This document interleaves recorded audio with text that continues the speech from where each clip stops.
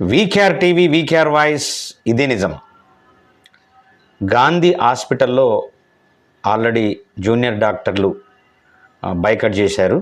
జూడాలలో ఒక డాక్టర్ మీద అత్యాచారం చేసినటువంటి దాని మీద వాళ్ళు ఆల్రెడీ బైకట్ చేసి ఓపీ సేవల్ని కూడా ఆల్రెడీ వాళ్ళు ఆ ఓపీ సేవలకు హాజరు కావట్లేదు. చాలా రోగులు చాలా ఇబ్బంది పడుతున్నట్లు మనకు ఆల్రెడీ వార్తలు వస్తూ ఉన్నాయి.